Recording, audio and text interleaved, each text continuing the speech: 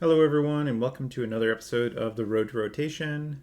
Today we're checking out the green leader from OP03, which is Kuro. He is a 5,000 power, 5 life mono green leader with the slash attribute, and he has activate main for 3 Dawn.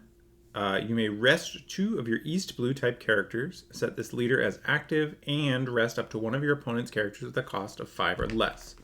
So this seems very familiar for those who've been watching the series, because this is very similar to how the 8-cost kid, or not the 8-cost kid, the mono green kid leader was. And ultimately the deck does play out kind of similar to that. The big restriction here is it's got different types, and it is built around, rather than discarding cards, you have to rest a couple of your East Blue type characters. So because this one was never quite competitive, there were a couple niche things you could do with it. But because it was never quite there, even in its heyday, I'm going to focus on just a couple archetypes and kind of synergies that you can do with it. And those will be, first up, East Blue.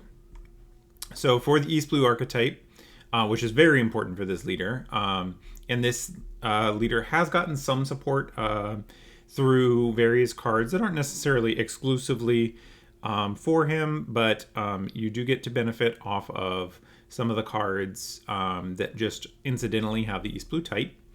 First up, though, we have the 2-cost 2,000 power 1k counter Nami, who is a top 5 searcher for East Blue. And she has a trigger, so that's the distinction, and that's why she costs 2 instead of 1. Everything else is the same to a traditional searcher. She just has trigger and costs 2 instead. So this one is always going to be in the deck. You definitely need to be finding your critical mass of East Blue cards to use your leader at all, and this is a great card to use your leader ability on. So all in all, a great card for the deck. Getting into some of the new cards that weren't explicitly for Kuro but happen to work. We have this Koshiro, who is a 2-cost blocker that can protect one of your slash attribute characters from KOing by resting him instead. One of the things that happens to be the case with a lot of the East Blue cards is they have the slash type. And jumping ahead a small bit, that is the other archetype that I'll be going over in this video. But Koshiro is going to definitely be in some percentage in the deck because you have that overlap of East Blue and slash. And your leader is slash, which isn't something that every leader can say. So this is definitely going to be one that's in there. The next 2 cards are ones from OP13. So this one isn't out in English yet. But because we're not trying to play these on Sim, I figured it was reasonable just to start including some of the new cards all the way up to what has been released. So for this one, we have Joni, who, when this character is rested, KO up to one of your opponent's rested characters with a cost of 2 or less. So one of the important things is that when it becomes rested is something that you can trigger using Kuro's ability.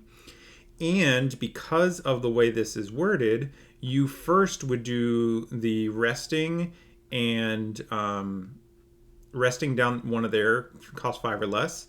And if it happened to be a 2 or less that you were resting, you would be able to KO it here. So this is a pretty great synergy with Kuro, even though it's not necessarily meant for this leader. It is a great card and fits right in with his stuff, kind of hitting all of the boxes you'd want. Next up, we have, similar to that, we have Yosoku, who is, instead of KOing, he freezes a 4-cost or less.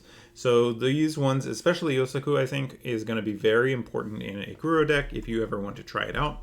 Once OP14 comes out, I think this is a stellar card for the deck. After that, we have from EBO2, we have this Arlong. And his ability is on play. If your leader has the Fishman or East Blue type, give up to one Rested Dawn card to one of your leaders. Then up to one of your opponent's characters with a cost of 5 or less cannot be rested until the end of your opponent's next turn. So the biggest thing that this one does is it gives you an extra Dawn and an extra body in the East Blue type to rest, but you would most often be targeting a blocker with this, which would prevent that blocker from being able to block your 2 swings that are coming in.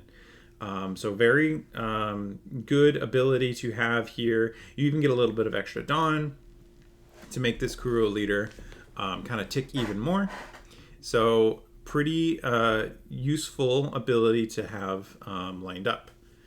Next up, we have Shimotsuki Kozaburo, who is the old sword maker who lived in Zoro's village. He is a 2K in the East Blue type and in the Slash type, so those are both going to be searchable in this deck. It's mostly going to be a 2K, but every once in a while you will be able to use the rest a 2 cost or less to get rid of a trump blocker and then KO something. That would also be something you could get rid of, maybe a searcher that has gotten in or something like that. So some fringe playability, but mostly it's just going to be a 2K that is double searchable in the deck. Next up, we have the Buggy from EBO2.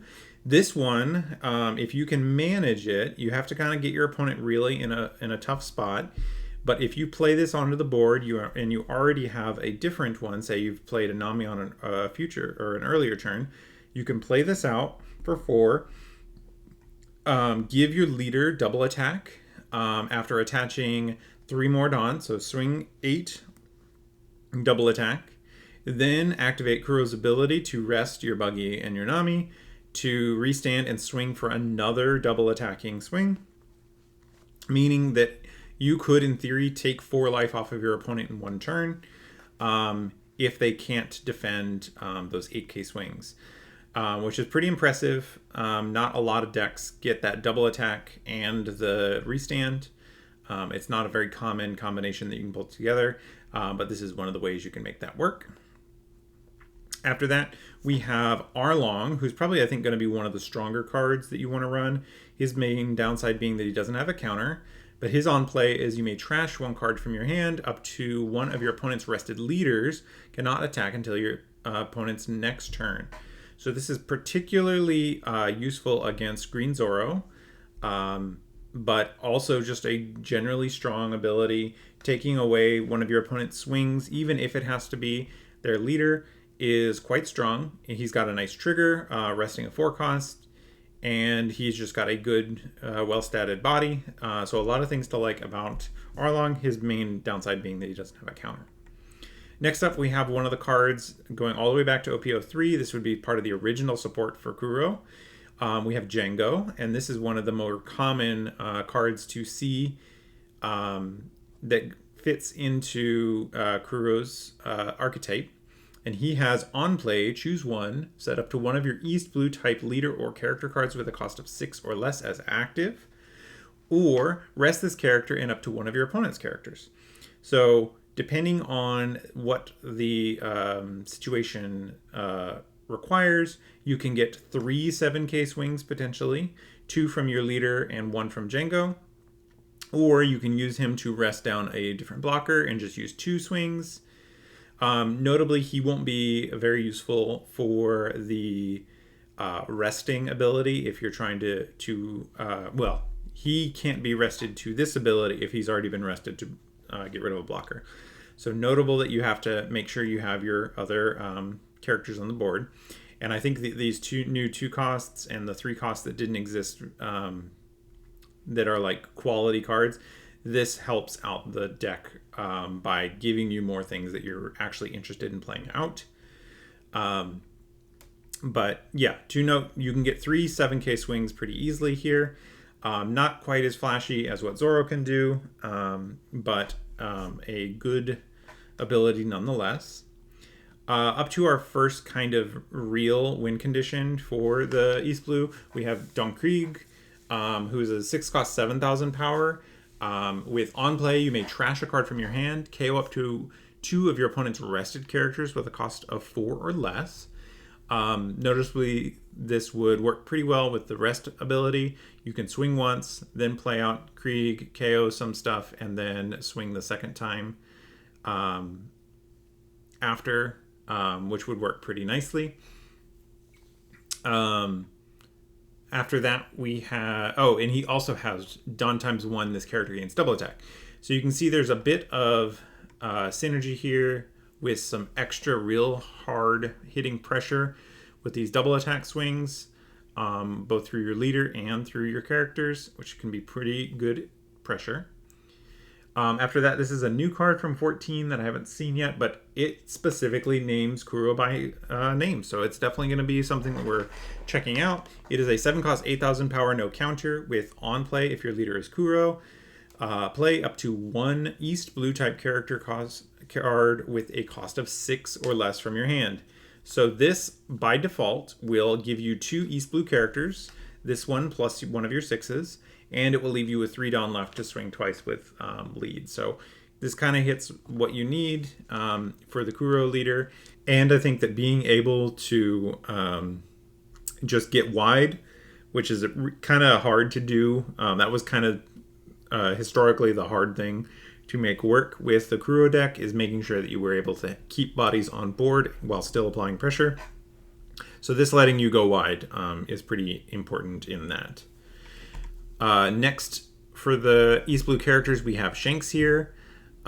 He has 7 cost, 9,000 power. With your turn, when this character is rested, rest up to one of your opponent's characters with a base cost or base power of 7,000 or less. And then on your opponent's turn, if this character is rested, give all of your opponent's characters minus 1,000 power. So that makes for a very effective combo by letting you rest their potentially big blocker.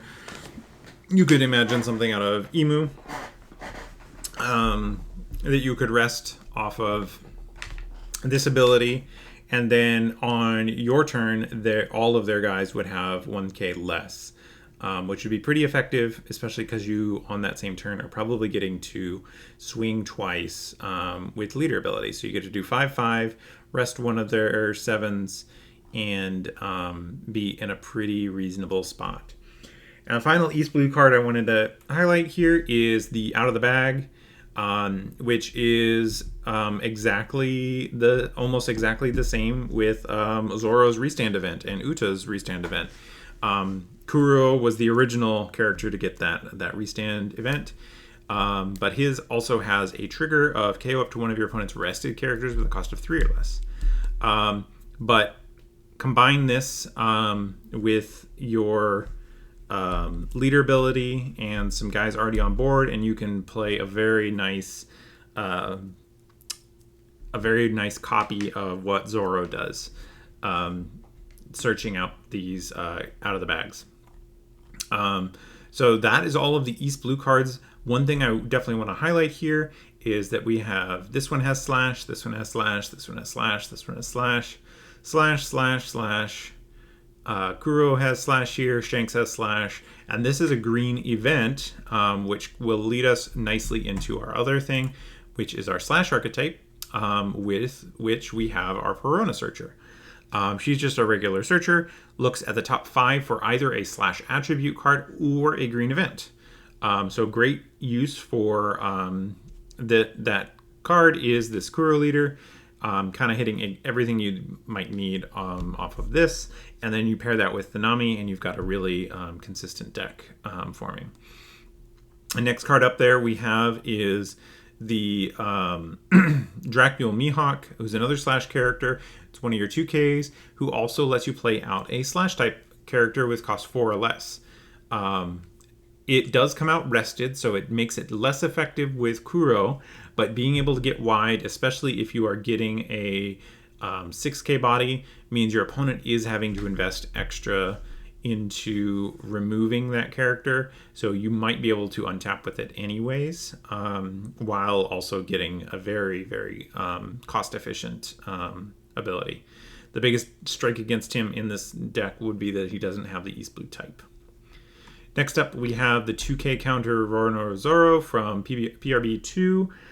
This one is almost certainly just going to be a 2k counter, but being an effective blocker that's hard for your opponent to just rest down can be meaningful.